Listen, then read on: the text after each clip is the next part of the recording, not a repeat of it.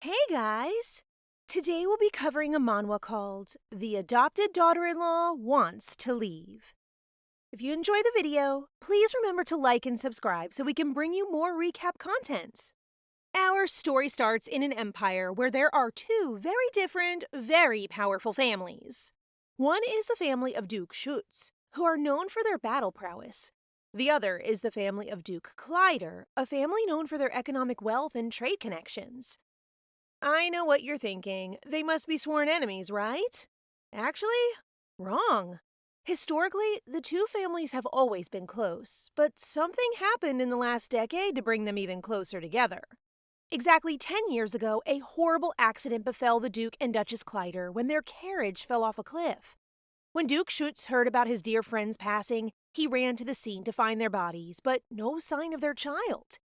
No matter how hard he searched, the lost child could not be found. Eventually, 10 years later, the Duke did find him, Damian, the heir to the Kleider dukedom. And this is where our story begins, with the girl who reunited these two famous families. If you hadn't guessed it already, this girl is actually from our world and was reincarnated in the plot of one of her favorite storybooks. Hoping to get the original plot back on track, she brought Duke Schutz to Damian.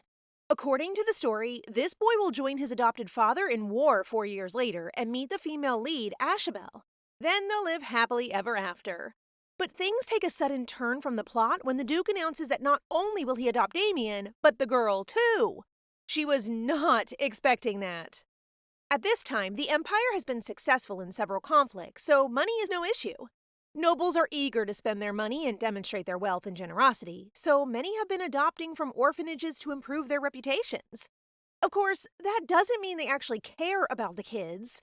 Even the lady running the orphanage only takes children with good looks so that she can sell them off to the next noble who comes knocking. How messed up is that? That's how our protagonist got adopted. She caught the director's eye with her lovely golden hair and pretty features. What she didn't realize was that this girl was the child of the most famous thief in the Empire, before she was hung for her crimes. As you can imagine, her life has been pretty hard for the last few years. She didn't even realize that she was from another world until one day when she bumped her head in a carriage incident. That's when she realized that this was the inside of a novel and remembered a few hazy things from her past life. She can't remember much, but she knows the plot of this book inside and out. Which is pretty convenient since it basically means she's super smart and can see the future. That's why when a kid named Damian walked into the orphanage, she knew he was special. Enter our male lead, Damian Kleider, handsome protagonist of this tale who is destined to be powerful, rich, and marry his true love. Meanwhile, our girl, whose name is Ellie, is actually the main villain of this story and even bullied Damian as a child. Uh-oh. Of all the characters to be reborn as, the villain is not who I would be picking. Although Ellie's upbringing was difficult, Damian's childhood was no walk in the park either. His father, Duke Kleider, was the owner of the Empire's largest trade union, and his family was said to be even more influential than the royal family. Because of their immense fortune and power, the Emperor decided to secretly dispose of them. That's how their carriage ended up falling off a cliff. Which, now that you mention it, that was pretty sus. Like, how does a carriage just accidentally fall off a cliff? At the time of his death, Duke Kleider's will dictated that his entire fortune should be left to his best friend, Duke Erhard Schutz. Opposite of his bestie, Duke Schutz and Kleider were like night and day. Schutz was a menace on the battlefield, and the ruler of the barren northern region, which has always been plagued with beasts. Duke Schutz received a lot of unwanted attention at the time of the accident, since all of the family fortune fell to him. But he didn't want a penny of it. He just wanted to find their lost son and bring him back where he belonged. And it's a good thing he never gave up. From the moment Damian stepped into the orphanage, it was clear that he had a life of hardship. He was much smaller than the other kids, so he immediately started getting picked on. Particularly by one kid named Carson, the oldest boy in the orphanage, who tried to teach him a lesson. In the original novel, Ellie actually helps the bullies, ends up getting kicked out of the orphanage, and dies alone in the streets. Yeesh, that's a little harsh even for a villain. This time around, she's determined to survive. So when Carson invites her to join, she refuses. She doesn't exactly stop them teasing little Damian, but she hopes that as long as she doesn't get involved, she can avoid a lonely death. Besides, he's the main character. He'll survive somehow. At least, that's what she tells herself. But in the end, Ellie's conscience gets the best of her and she decides to step in. When she finds Carson and the others, they've already given Damian quite the beating. She lies and says the director is looking for Carson, forcing the kids to let him go for the time being. She tries to help Damian with his wounds, even offering him medicine that she stole from the director's office. But after years of hardship, Damian has learned there's no point trying to resist. He plans to take as many beatings as necessary until the boys get bored and give up. Jeez, that's dark. How old is this kid again? He doesn't see much point in healing his wounds when he'll just get more tomorrow. But Ellie gives him the medicine anyway and gets back to the hall in time for dinner. Damian is a no-show, so she skips out on her cleaning duties in the kitchen to bring him some bread. To her surprise, he's not in his bedroom either. Carson catches her outside the room. Okay, why is he always following her? Does he have a crush on Ellie or something? She makes up an excuse about looking for one of her friends, and Carson reveals that before he came to the orphanage, Damian was a slave who was forced to hunt monsters. Seriously, how much more tragic can his backstory get? Ellie decides to get on Carson's nerves by lying that Damian is in the warehouse with the teachers, getting special care because he's pretty. The truth is that he's been picked out as the director's private slave, but they don't know that. She convinces the bullies to go look for him in the warehouse, and even gives Carson her bread from dinner. Later that evening, Carson and the bullies get caught trying to sneak into the warehouse, accused of stealing food because of the bread she gave them. Damn, this girl is one smart cookie! Meanwhile, she's wandering through the woods in the dark looking for Damian. In the original novel, once Damian gets to Duke Schutz's castle, he mentions something about relying on swords in order to survive in the dark. It seemed like a metaphor in the book, but Ellie takes it literally and searches for the new kid in the deepest part of the forest. And what do you know? She actually finds him. He intended to sleep outside to avoid Carson, but now that Ellie has taken care of that little menace, he can come back to the dorm and have a good night's sleep. At first, Damian doesn't want to. All those years surviving on his own have made him very wary of others. But for some reason, he decides to trust Ellie and follows her back to the orphanage. Neither of them have had dinner, so she takes him to the teacher's quarters for a bath and some food. He was sitting out in the snow. If he doesn't get warmed up soon, the poor boy could get seriously ill. Damian hesitates. He doesn't want Ellie to see his body and even calls himself disgusting. How sad is that? I guess he must have picked up a lot of injuries in his time as a slave. Ellie tells him sternly never to call himself disgusting and says there's no reason to be ashamed. There's also not much time. The director and the teachers are at the casino, but they could come back at any moment. So she hurries him into the bathroom, promising to find him some clothes and leave them by the door for when he's finished. The clothes are a little big, but because he's so tiny, they kind of look adorable on him. While he was having the most relaxing bath of his life, Ellie ran to the pantry to steal them some sandwiches. She's like a big older sister. Damian has never seen a sandwich before, which is pretty concerning. How badly was he being fed when he was a slave? Ellie teaches him how to eat it, which he does in the most adorable way possible while she helps him dry his hair. He bends down a little to help her, and Ellie catches sight of some kind of scar. It looks like a monster bite. Damian sees her looking at it and explains that he grew his hair long to cover it. She asks if the long hair is annoying him and shifts his hair to the side, exposing his handsome face. Honestly, I don't see what's got Ellie so flustered. He looks more like a baby than a handsome boy to me. But he is the protagonist. Someday he's going to grow up, and those baby blues will knock Ellie to the ground. Once she's recovered from his incredible charms, Ellie notices that his cheeks are a bit pink. She's worried he has a fever, which wouldn't be surprising given his questionable choice to sit outside in the middle of winter. But Damian says he's just flushed from the bath, so Ellie takes him back to the dormitories. Though she doesn't bring him to the bullies' room, she brings him to her room where only Ellie and her friends Betty and Tommy sleep. She gives him the bed beside hers, but announces that they should sleep together for the first night. She really doesn't miss an opportunity, does she? But since he's younger than her and still recovering from his injuries, it's a good idea for Ellie to keep an eye on him at night. Plus, it doesn't seem like he's ever slept in a bed before. Someone's gotta show him how it's done. That night, Ellie falls asleep quickly while little Damian lies awake, thinking over the day and how much kindness he's received. He wasn't expecting anyone to treat a former slave like him so well, especially someone as pretty as Ellie. Seems like her little crush isn't one-sided after all. When Damian eventually falls asleep, he is plagued by nightmares of his past. He remembers fighting a terrifying beast while his mistress watched. Apparently, she used him for her entertainment, making him face all kinds of monsters and never caring if he lived or died. That was when he learned a valuable lesson, that he could not rely on anyone other than himself. If he didn't kill those monsters, they would kill him instead. So he had no choice but to adapt and survive. What an awful life for a child! Damian wakes suddenly from his nightmares to find Ellie watching over him, looking worried. She checks his temperature, but he seems fine, other than the clammy skin and fearful look in his eyes. For a moment, Damian is stunned. He's never had someone worry about him before, not to mention take care of him. So when Ellie goes to find him a towel, he grabs her, not wanting her to go. He reassures Ellie that he's not in any pain, although it doesn't seem like that's the case. Is it just me, or does anyone else get the sense that this kid is hiding something? Before we can find out, the door slams open and Carson appears. Ugh, not this guy again. I think we all knew he'd be back for revenge. He asks Ellie if she got him in trouble on purpose, yelling at her and blaming her for getting him in trouble. I think it's pretty obvious what happened, but clearly this bully can't use his head. Ellie basically tells him the same thing, saying it's his fault for trusting her in the first place. The bell is ringing outside, but Carson ignores it and lunges at her, furious. Just on time, one of the teachers storms in, catching him red-handed. He tries to defend himself, saying Ellie started it by calling him stupid. He asks Tommy and Betty to back him up, which goes about as well as you'd expect. The teacher, of course, doesn't believe him and pulls him away from Ellie at once. As soon as the teacher gives her a chance to tell her side, Ellie spins another story about the teachers going to the casino at night and leaving the children all alone.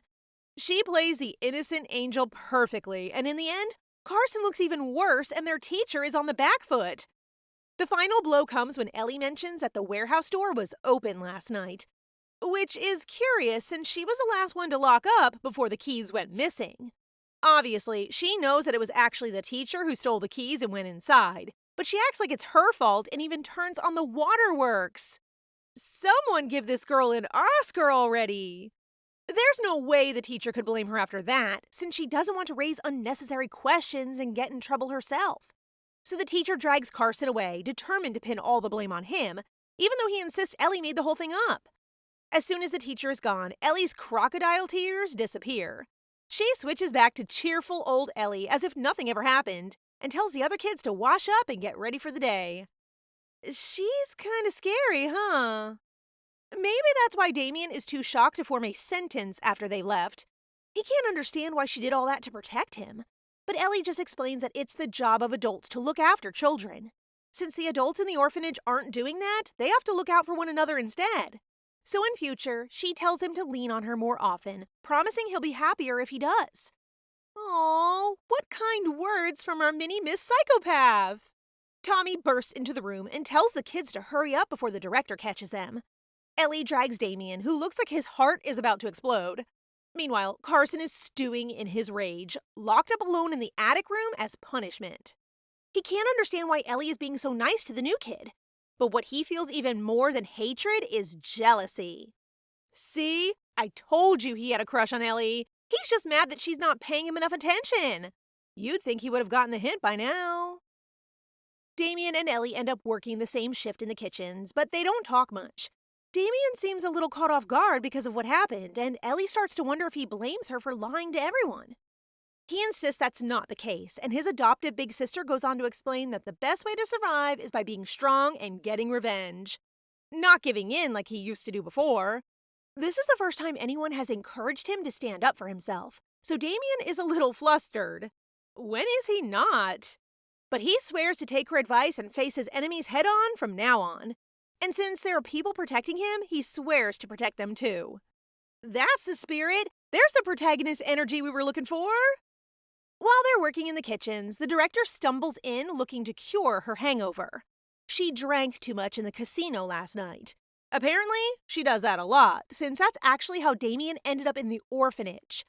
The director was playing cards with his owner when she lost a bet, which left Damian behind as collateral until she could repay her debt. Wait, does that mean he wasn't actually abandoned? Will his owner come back looking for him at some point? The director's memories are interrupted when Carson once again arrives at the scene, causing a fuss as usual. He's determined to prove his innocence, but the director is far too hungover to deal with him right now. She tells the teacher to take care of him, but he makes one last-ditch attempt to secure his freedom by throwing the blame back to Damian. Ellie stands up for him, as always, and reminds the teachers that Carson is well known for bullying other kids. They shouldn't trust a word he says. The director seems to believe her, or at least she treats Ellie differently. She actually managed to get adopted 3 times, until her foster parents found out about her mother and sent her straight back. Maybe she just feels bad for Ellie, but in the end, she leaves the teacher to handle the issue and orders Damian to be moved somewhere else for his protection. The kids just think he's being taken to be punished like Carson, but he ends up chilling in the dining room waiting for lunch to start. Ellie finds him sitting in the corner feeling sorry for himself and invites him over to have lunch with her. Though it turns out she's a popular lunch buddy. Tommy wants the spot to her right, which is kind of ironic since he's actually one of Carson's friends. Clearly, he knows a winning team when he sees one. They're about to eat when Betty starts crying because her doll got covered in soup. Oh, right! With Damian being so serious and tragic, I forgot these guys were just kids. Ellie, who is basically their mother at this point, takes Betty out of the hall to wash her doll and dry her tears, leaving Damian sitting on his own. Tommy tries to get closer to him, but it looks like Damian is still wary of strangers. And it only gets worse when Tommy says he's a close friend of Ellie's. Now Damian sees him as his competition, and I don't think they'll ever be friends. When Ellie comes back, the atmosphere is a little awkward. It seems like Tommy underestimated this kid.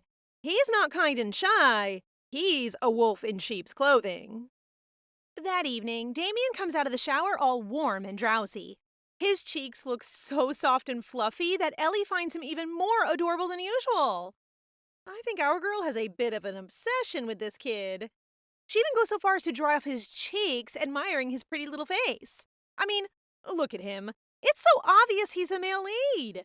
Ellie helps him get ready for bed. At least, this time they'll sleep in separate beds.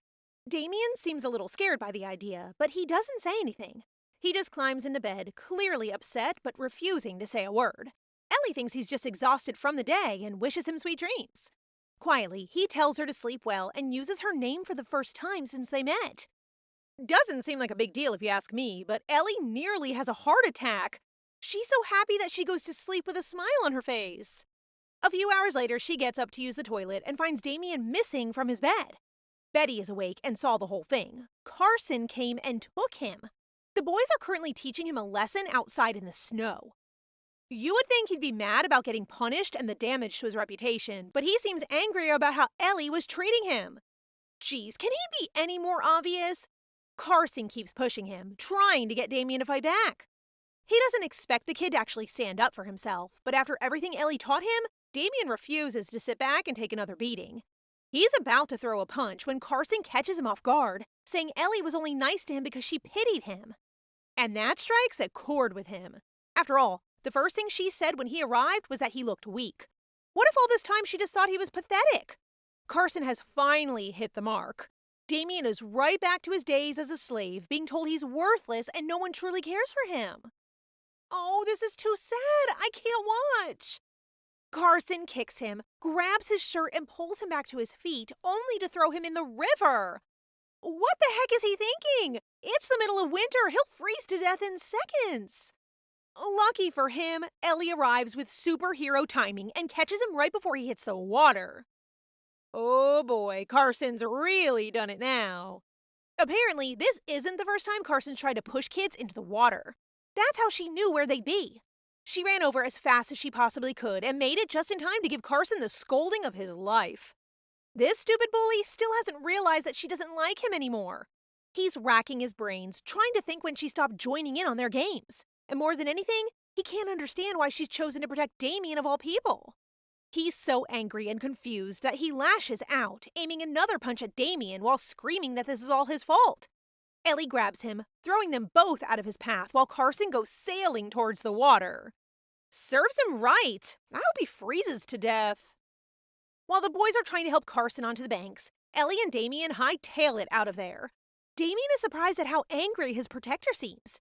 Is she mad because she cares about him or because he's such a burden? Carson got so in his head that now he can't tell. And it doesn't help when Ellie rounds on him, asking why he didn't stand up for himself like she told him to. He asks her straight up if she only helped him because she thought he was pathetic. If that's the case, he says there's no need to worry. He's used to this kind of hardship. That's so sad. Clearly, Ellie wants to yell at him to stop being an idiot, but instead, she apologizes. If she hadn't called him weak on the first day, then he would never have thought this way. Actually, the truth is that he's stronger than all of them. He's already proven that 10 times over.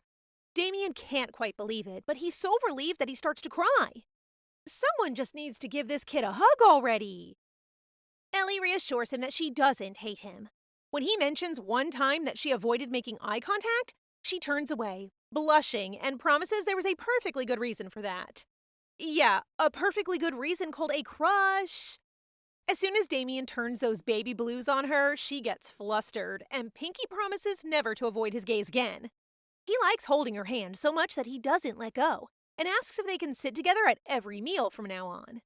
Ellie agrees, but on one condition. From now on, he really can't let anyone walk over him. He should ask for the things he wants. He should speak out if he doesn't like something. Finally, after their little powwow in the woods, this unlikely duo head back to the orphanage to get his wounds cleaned. Damian is convinced at last that everything Ellie said was true. Now he trusts her even more than before and is starting to believe they will really stick by each other through thick and thin. It must be hard since he's never had a friend before, though if things keep on going the way they've been, I don't think these two will be friends much longer. Meanwhile, Duchess is still looking for the son of his best friends and the usual brutal means to do so.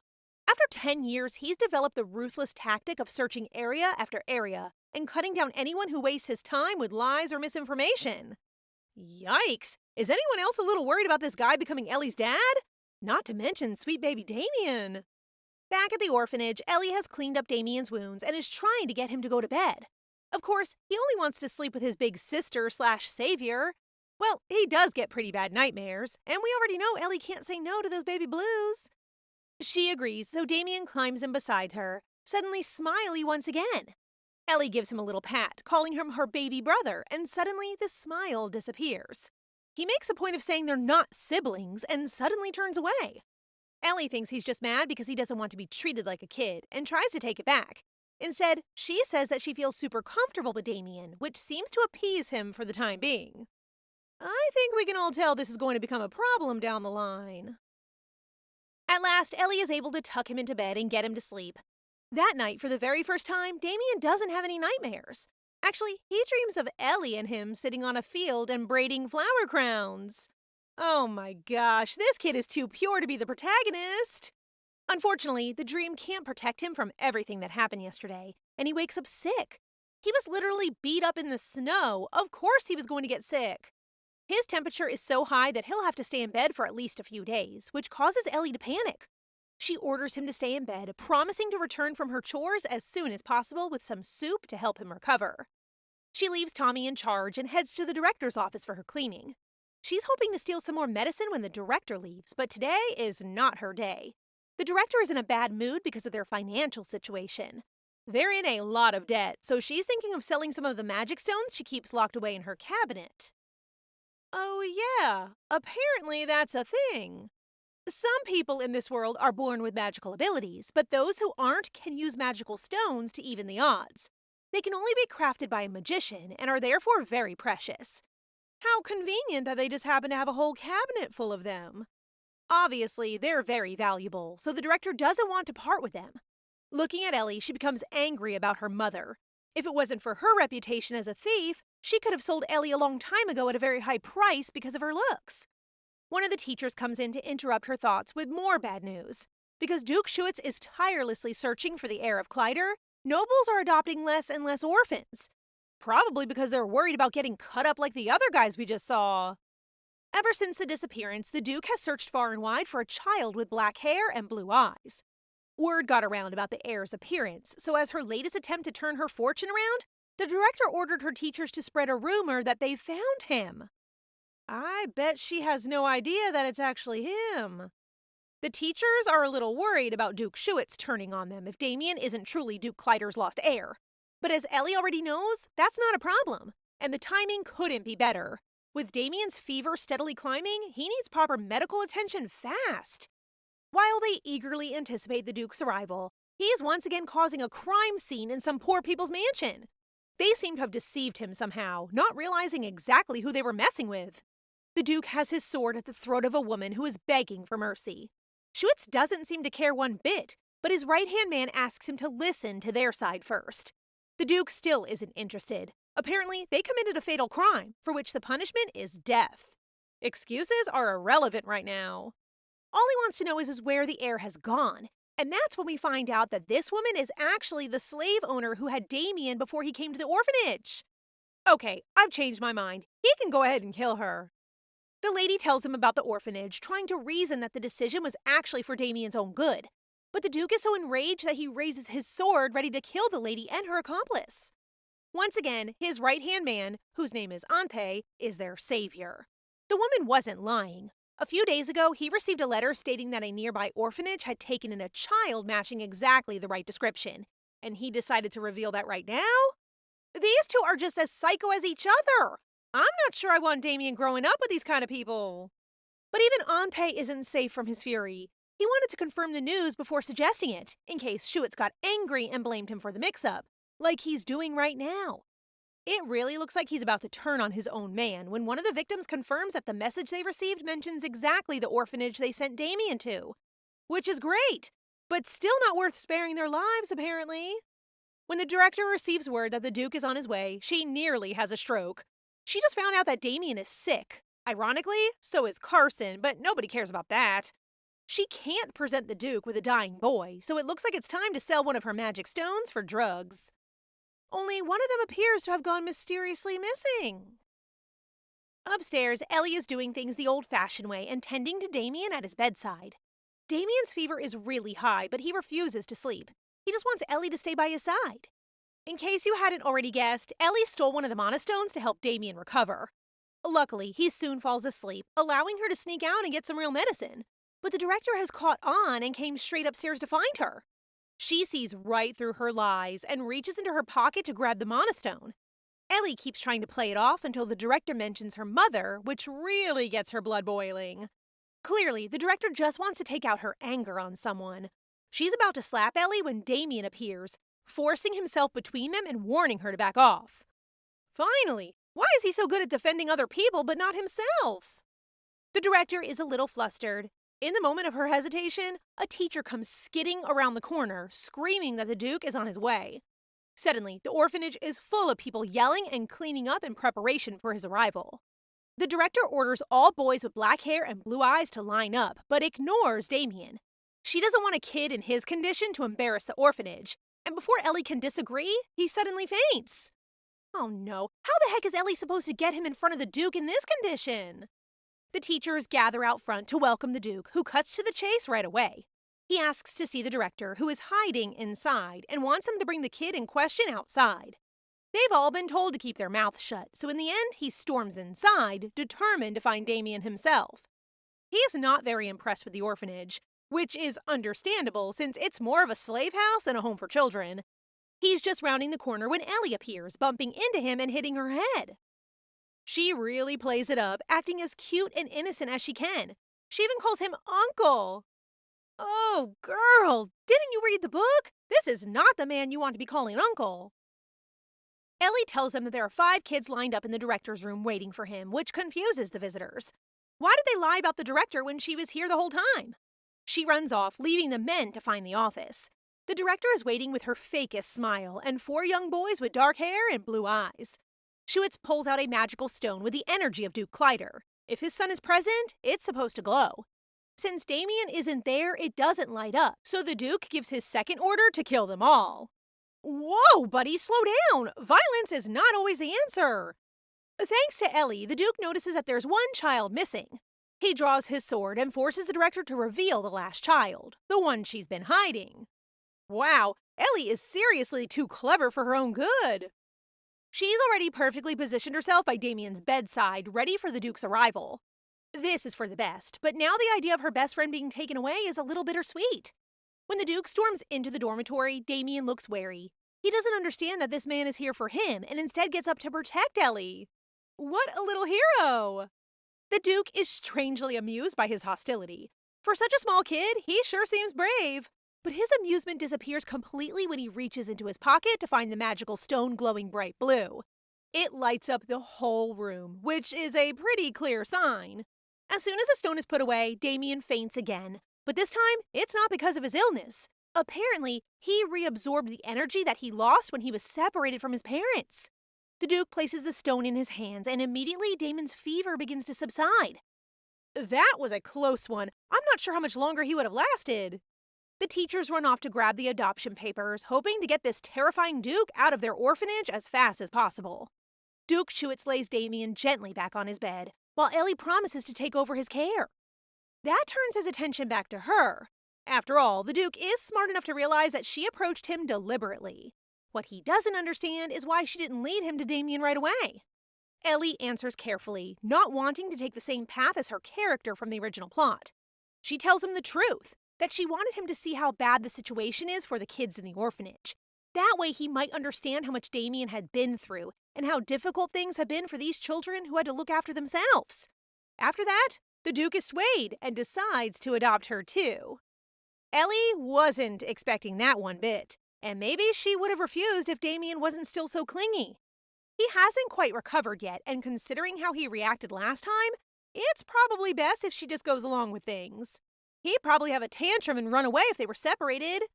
The director doesn't want Ellie leaking the secrets of the orphanage, so she tries to convince him not to adopt her by revealing the truth about her mother. At last, we get a little more background on the famous criminal history of Ellie's mother. During the last war of the Empire, a thief managed to break into the Imperial Palace and steal a number of precious items. The Emperor was so furious that he ordered a massive search party, and in the end, Ellie's mother was hanged for her crimes. Although, there is a rumor that she took her own life when she knew that she was caught. Talk about a tragic backstory. But the Duke, as always, seems totally unfazed. Actually, he gives Ellie the choice. Does she want to come with him or stay? Obviously, no one in their right mind would want to choose to stay at this place. So Ellie agrees to go, on one condition. The Duke has to fire every one of the teachers, including the director. That way the other children won't suffer without her there.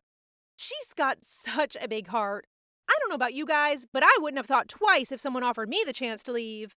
The Duke accepts and leaves Ante to carry out the order. Now Ellie can leave with a light conscience. While she says goodbye to the other orphans, the Duke heads out to the woods for a cigar. He can feel Damian watching him. With his usual hostile glare, he asks the Duke why he's taking them away. Why Ellie? Why him? The Duke doesn't answer outright. I mean, it's kind of a long story, but he assures the kid that he's only taking them back to where they belong. He'll have all the answers soon. Damian still doesn't trust the Duke. Who would, given his horrible attitude? But he wants to protect Ellie, and the only way to do that is to stay with her. Braver than most kids, he warns the Duke not to make Ellie do anything she doesn't want to, or else. I just can't take him seriously when he says stuff like that. He's too cute. They hop in the carriages, and a few hours later, they arrive at the Schuetz estate. The staff are eagerly waiting to greet their master, but they weren't expecting a little girl to arrive with him. The butler, Fran, seems a little concerned, which makes Ellie defensive. She assures them she can take care of herself. No need for maids or extra attention. Word has already spread about the young Kleider heir's adoption, so the Duke sends them off to their room to rest. They may have survived the orphanage, but there's still a heck of a lot of people out to get them. Looks like Ellie can't retire from the big sister role just yet. A group of Schuetz nobles are already meeting to discuss the rumor. They're very unhappy to hear that the son of Duke Kleider was found alive and is now with the Duke. You see, for the past decade, the Schuetz family has been in charge of the previously owned Kleider trade union.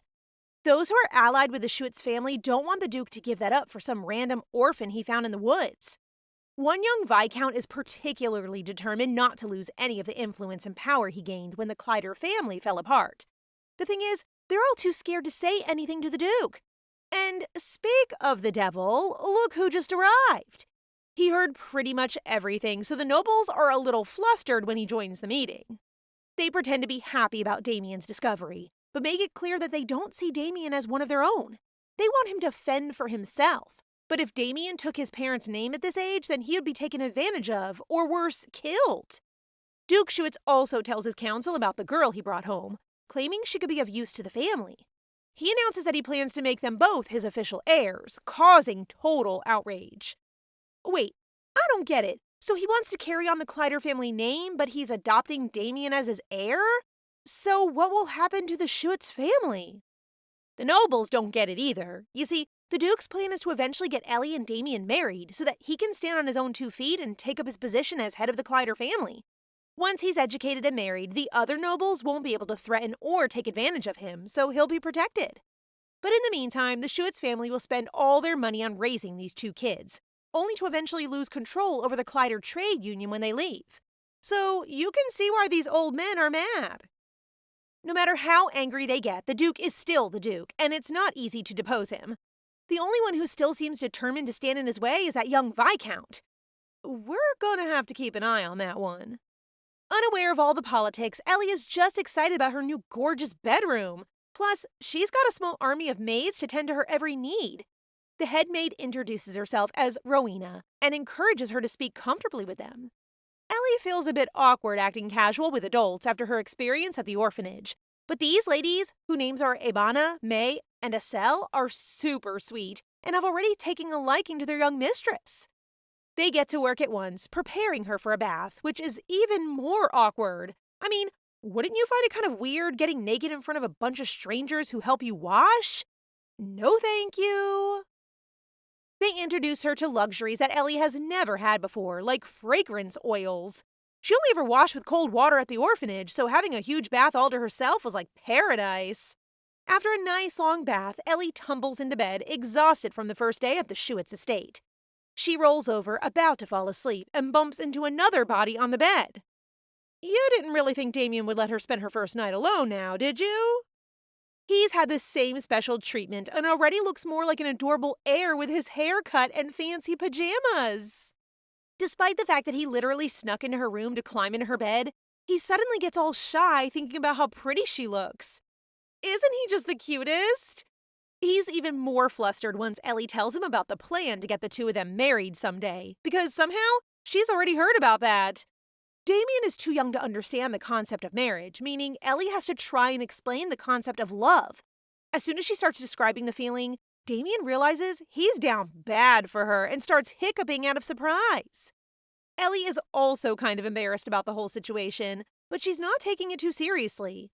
One day, everyone will find out that her mother was the most famous thief in the Empire, and she'll be dropped again. There's no way Duke Schutz would let someone like her marry the heir of Kleider. She suggests they put some distance between them, which Damian immediately refuses. He makes excuses about having nightmares again, so Ellie has no choice but to snuggle up to him, just like they did back in the orphanage. Besides, he's been through a lot today. Ellie knows that everything will work out for him, but sweet little Damian probably still doesn't feel safe. So for now, at least, she's happy to keep him company.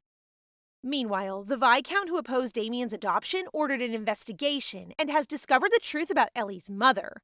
Of course, he is delighted to have something to use against Duke Schutz and pays his informant handsomely for the information. Back at the estate, Ellie is preparing to be introduced to the elders and extended nobles of the Schutz clan, aka the very people who are plotting to kick her out. She gets all dressed up in a pretty pink dress and waits for Damian to emerge. While she's waiting, a maid comes in asking if Viscount Corbino can greet Ellie personally. How much do you want to bet this is the guy who's been scheming? Our suspicions are confirmed. The main villain barges straight into Ellie's room, immediately making her uncomfortable. Although he's acting polite, Ellie can tell from his eyes that he has some kind of ulterior motive.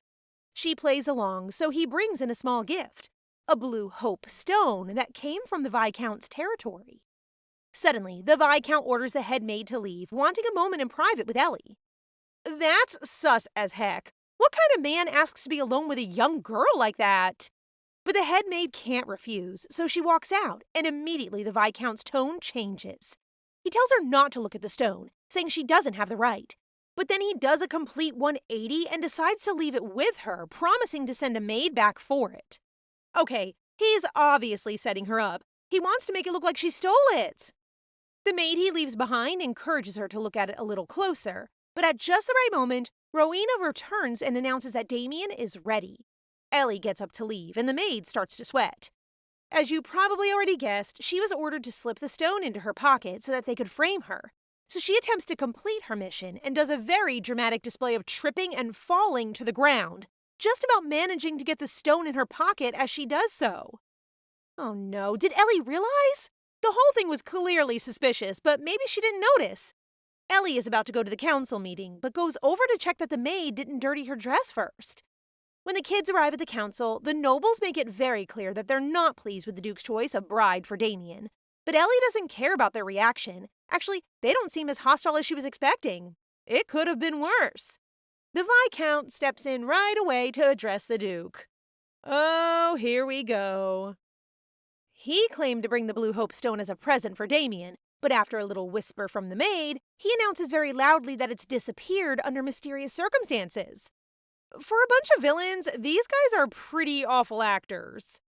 The maid and Viscount Corbino perform this whole scene about how the last person to see it was Ellie, at which point the Viscount reveals that the girl's mother was the Empire's most famous thief. The nobles are outraged. How could the Duke bring home the daughter of a criminal to be the future Duke Clyder's bride? With that excuse, the Viscount asks for permission to search Ellie, knowing that the blue modest stone is already in her pocket. Ellie tries to defend herself, clearly upset, although she's the only one in this room who can actually act. Did she maybe manage to slip the monostone back in the maid's pocket? Ellie eventually allows him to search her, on the condition that the Viscount should formally apologize if she's innocent. Obviously, he accepts, because he doesn't think that there's a chance in heck that she could be clean. Otherwise, he would never accept the humiliation of apologizing to a child. The maid drops down to Ellie's height and begins to search her, apologizing in advance. Yeah, you should be sorry. You tried to frame a child. How evil can you get? Miraculously, Ellie's pockets are empty. When the Viscount hears that, he becomes desperate and tries to search her himself. What an idiot! The nobles start to whisper about how he accused her so quickly, which makes the Viscount lose his cool. He grabs her by the shoulders and starts shaking her, demanding to know where she hid the gem. Oh, now you've done it. The Duke steps in and pulls the Viscount away, calling him a psycho for losing his temper on a child. Since he got suspicious so quickly, the Duke decides to return the favor and has Ante search the Viscount. And guess what? The stone was in his pocket the whole time. Even he seemed shocked. How the heck did Ellie pull this off? Pay attention, guys, because this is about to blow your minds. As we suspected, Ellie noticed when the stone was slipped into her pocket because of the tiny change in weight. When checking the maid's dress, she slipped the stone back into the maid's pocket and only took it back after the maid had searched her at the council meeting and found nothing. Then, when the Viscount bent down to check her himself, she slipped the stone into his pocket instead. I don't know about you guys, but I can never pull all that off. I guess it pays to be the daughter of a mastermind criminal. The Duke, for one, seems very pleased to have an excuse to punish Corbino and orders Ante to drag him from the council room. While he's outside, probably being tortured within an inch of his life, Schuetz orders the other nobles to apologize since they were so quick to turn against Ellie because of her parentage. After seeing what happened to the Viscount, they get down on their knees without hesitation. Isn't it so satisfying to see old men apologizing to a little girl? Ellie's barely been here 2 days, and she's such a girl boss already. Finally, they take their places round the table and start the council meeting. The Duke raises the issue of Damian's marriage, and the other nobles protest once again at the idea of a future Duke marrying a commoner. Duke Schuetz surprisingly understands. That's why he wants to find a family to adopt Ellie and give her noble status. Only, that might be a little tricky now that the secret is out about her mother. Though it doesn't seem like the nobles will have much to say in the matter. Duke Schuetz gives Ellie a chance to pick, but she can't imagine anyone accepting her. No noble children would be happy about having a commoner sibling. What if she ends up an outcast all over again? Of course, our girl has been through a lot already, so she thinks she can handle it. While she's trying to choose, a maid arrives with a message for Baron Amanda. Apparently, his wife is sick and her illness has suddenly gotten worse. The Baron excuses himself while the other nobles gossip about the Amanda family. It turns out they discovered a new mineral mine very recently, but haven't been able to profit much from it since the Baron is so preoccupied with his wife's condition. Suddenly, Ellie remembers where she's heard that name before.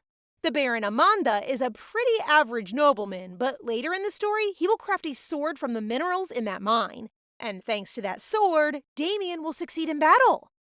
It's a small part to play, but at least the family will be rich.